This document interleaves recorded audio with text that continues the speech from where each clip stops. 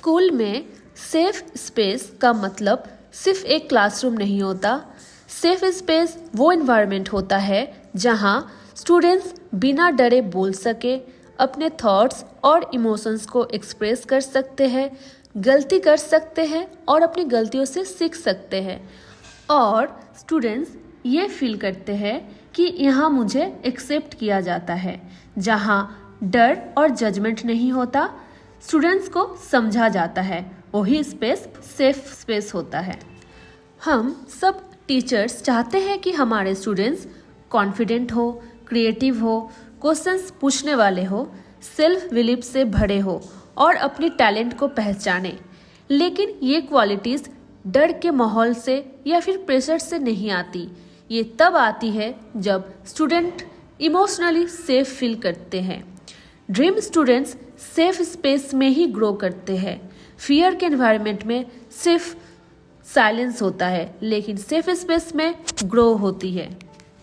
Safe space हमारे daily classroom के behaviour से बनते हैं। जब टीचर ध्यान से सुनते हैं, जब गलती पर डांट नहीं गाइडेंस मिलती है, जब तुमसे नहीं हो पाएगा के बजाय तुम फिर से कोशिश करो बोला जाता है, जब हर स्टूडेंट को बोलने का मौका मिलता है और जब एप्रिशिएशन और वैलिडेशन का कल्चर बनता है, तब क्लासरूम धीरे धीरे सेफ स्पेस बन जाता है। क्योंकि आपने दो टॉपिक पे चर्चा करी, peer students and dream students, कि पीयर पे भी फोकस और ड्रीम्स पर फोकस, दोनों के आपस में कोलैबोरेशन हो, एक्टिविटी के थ्रू भी कर सकते हैं। और बच्चा गलत भी कर रहा है कहीं कहीं, लेकिन वह कार्य में अगर वह इन्वॉल्व है तो उसको प्रशंसा भी हम करें, क्योंकि बच्चे जो है प्रशंसा में बहुत अच्छे काम कर देते हैं। हम छोटे बच्चे में देखते हैं कि गलत भी कर रहा, कोई बात नहीं बेटा, बहुत अच्छा आपने किया, बहुत सुंदर किया, तो वो प्रशंसा में जो है उनके जो है आत्मविश्वास भी बढ़ती है और वो कोई कार्य करने में जो है प्रतिभाग भी करते हैं। थोड़ा एक्टिविटी भी होना चाहिए और प्रेजेंट ऑफ माइंड्स भी होना चाहिए। किसी भी चीज़ को अच्छे से वो समझ के जवाब दे दें, भले उनको रटना ना पड़े। मैम, सबसे पहले बच्चे लोग का आपका सेल्फ कॉन्फिडेंस का होना चाहिए। कोई क्वेश्चन आप कर रहे हैं, उसको आप गलत भी सही, लेकिन उसको तुम बोलो। अगर कोई क्वेश्चन कर रहा है उसको आंसर आप दो, गलत में ही कॉन्फिडेंस आती है। और मैम सेकंड होती है कि आप डिसीजन मेकिंग होना चाहिए। आप कैसे डिसीजन लेते हो, एक टीम के साथ आप काम करो, आप एक डिस्कशन करो, पढ़ाई का एक माहौल बनाओ, एक इन्वायरमेंट भी होना चाहिए।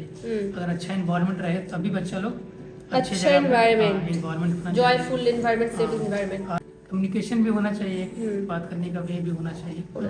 बच्चे को हमारे हिसाब से तो सबसे पहले बच्चे को स्वस्थ होना चाहिए। स्वस्थ होना चाहिए, क्योंकि कहा गया है कि स्वस्थ मस्तिष्क में ही, और बच्चे जब स्वस्थ रहेंगे तो अच्छी बात सोच सकेंगे, क्रिएटिव बन सकेंगे।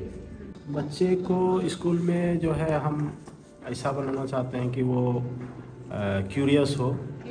हाँ, मतलब ये क्वेश्चन पूछे और रिप्लाई दे, मतलब वो एक्सप्रेस करे। कोई भी अगर उसको सवाल दे रहे हैं या उसको हम समझा रहे हैं तो उस पर वो एक्सप्रेस करे और प्रॉब्लम सॉल्वर होना चाहिए। हाँ, डिसिप्लिन मेंटेन होना चाहिए सबसे पहली बात।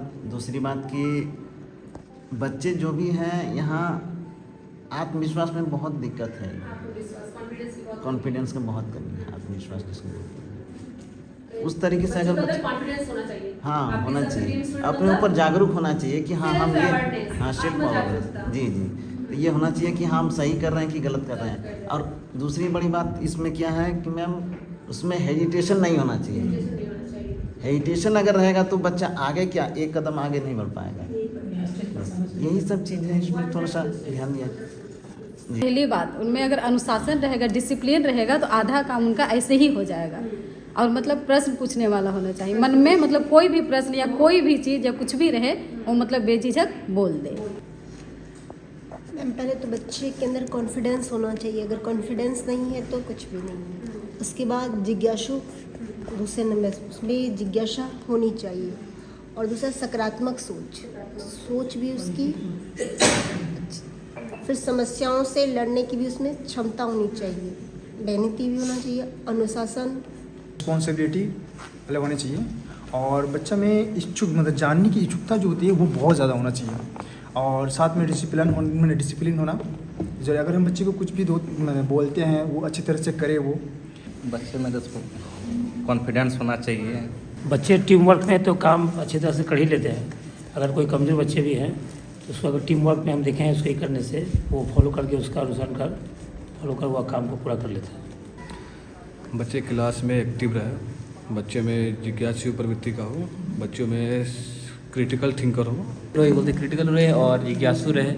मेरे विचार से मैम बच्चे का डिसिप्लिन तो वो तो है ही, डिसिप्लिन भी होना चाहिए और कॉन्फिडेंस हुआ और उनको एक मतलब लक्ष्य लेके चलना चाहिए।